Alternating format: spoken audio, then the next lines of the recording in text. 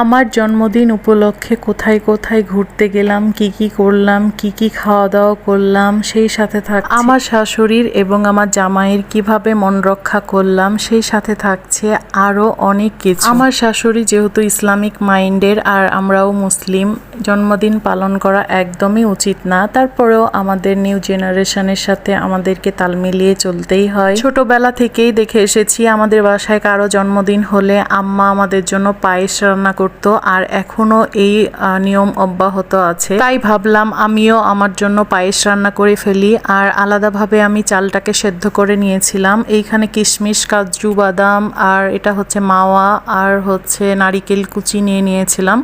এইগুলো একসাথে মিক্সড করে একটা মজাদার পায়েস বানাবো। সেজন্য দুধটা যেহেতু ডিপ ফ্রিজে ছিল সেজন্য আমি বরফ গলিয়ে নিচ্ছিলাম। আর এখানে কয়েকটা এলাচ দিয়ে দিয়েছিলাম। এলাচের সেন্ট আমার কাছে অনেক বেশি ভালো লাগে, আর যে কোনো মিষ্টি খাবার এটা ইউজ করে থাকি আমি। দুধটা খানিকক্ষণ ভালো করে জাল করে নিয়েছিলাম আর অনেকটাই ঘন করে নিয়েছিলাম। এখন আমি সেদ্ধ করা চালগুলো দিয়ে দিচ্ছি।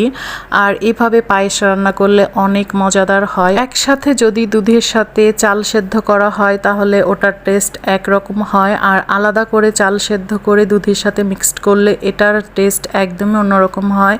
তো দুইটার টেস্ট দুই রকম হয়। তো আমি পায়েস রান্না করলে এভাবে রান্না করি, আর এভাবে আমার কাছে বেশি ভালো লাগে খেতে। চালটা ভালো করে নাড়াচাড়া করার পর এখন আমি ধুয়ে রাখা কিশমিশগুলো দিয়ে দিব। বাদাম, কিশমিশ, নারিকেল দিয়ে পায়েস রান্না করলে অনেক বেশি টেস্টি হয়। তো ভাবলাম বাসায় সব কিছুই যেহেতু আছে তাহলে একটা মজাদার পায়েস রান্না করেই ফেলি। আর এখানে এখন আমি কোচানো নারিকেল দিয়ে দিচ্ছি। নারিকেল দেওয়ার পর আমি ভালোভাবে নারিকেলটা সেদ্ধ করার পর এখানে আমি চিনি দিয়ে দিচ্ছি। আর আমি অনেক লাইট মিষ্টি খেতে পছন্দ করি, সেজন্য একদমই অল্প একটু মিষ্টি দিয়েছিলাম। আর আমাদের বাসায় সবাই মিষ্টি এইরকমই খায়, সেজন্য অল্প একটু চিনি দিয়েছিলাম। কিছুক্ষণ নাড়াচাড়া করার পর এইখানে আমি আরও সব কিছু অ্যাড করে দিয়েছিলাম। এখানে মাওয়া দেওয়ার পর এই বাদামগুলো দিয়ে দিচ্ছি। বাদাম দেওয়ার পর কিছুক্ষণ নাড়াচাড়া করার পর খানিকটা ঘন হয়ে আসলে আমার পায়েস একদমই রেডি। আর এটা ঠান্ডা ঠান্ডা সার্ভ করব সবাইকে। সবার অনেক বেশি পছন্দ হয়েছে। যতদিন থেকে আমাদের বিয়ে হয়েছে ততদিন থেকে আমার বিশেষ দিনগুলোতে আমার জামাই আমার জন্য সারপ্রাইজ গিফট প্ল্যান করে রাখে। আর আমিও শিওর ছিলাম কি আজকে যেহেতু আমার জন্মদিন, আজকে সে কোনো না কোনো কিছু করবে। হঠাৎ করেই বিকালবেলা বলল চলো আমরা কোথাও থেকে ঘুরে আসি। তো আমি একদমই জানতাম না আমরা কোথায় যাচ্ছি, কি করব বা তার প্ল্যান কি।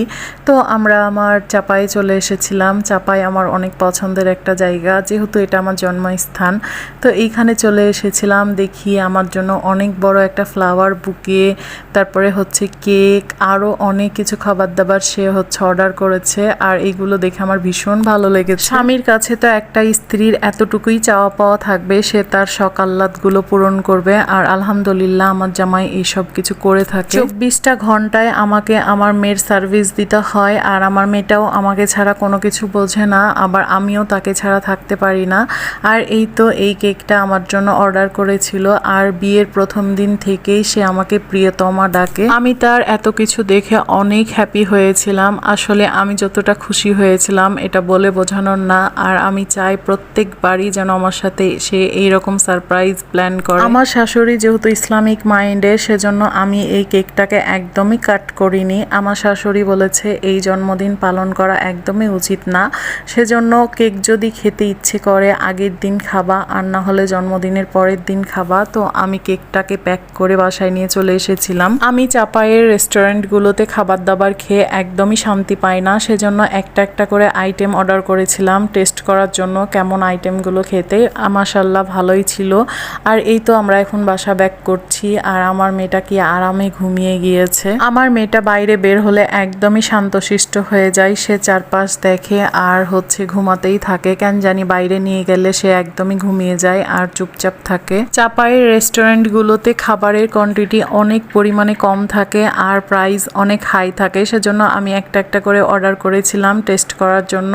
আর আমি অনেকগুলো খাবার ওইখানেই খেয়ে ফেলেছিলাম, সেজন্য বাসায় কিছু কিছু খাবার নিয়ে চলে এসেছিলাম। আর আম্মু যেহেতু চিকেন ফ্রাই খেতে পছন্দ করে, সেজন্য আম্মুর জন্য চিকেন ফ্রাই নিয়ে এসেছিলাম। আমি যতবারই বাইরে খেতে গিয়েছি আমি আমার শাশুড়ির জন্য খাবার নিয়ে এসেছি। আর কেন জানি জানি আমার শাশুড়ির জন্য খাবার নিতে আমি একদমই ভুল করি না, আর এতে আম্মুও অনেক হ্যাপি হয়। আম্মু বাইরের খাবার তেমন লাইক করে না, দুইটা একটা আইটেমই খেতে পছন্দ করে, তো যা খেতে পছন্দ করে আমি তাই নিয়ে এসেছি। আর আম্মু চিকেন ফ্রাই অনেক পছন্দের একটা খাবার, সেজন্য এটা নিতে একদমই আমি ভুল করি না। আম্মু যেহেতু পছন্দ করে না কেউ জন্মদিনে কেক কাট করুক, সেজন্য আমি এটা বাসায় নিয়ে চলে এসেছিলাম। পরের দিন কেটে সবাই মিলে খেয়েছি।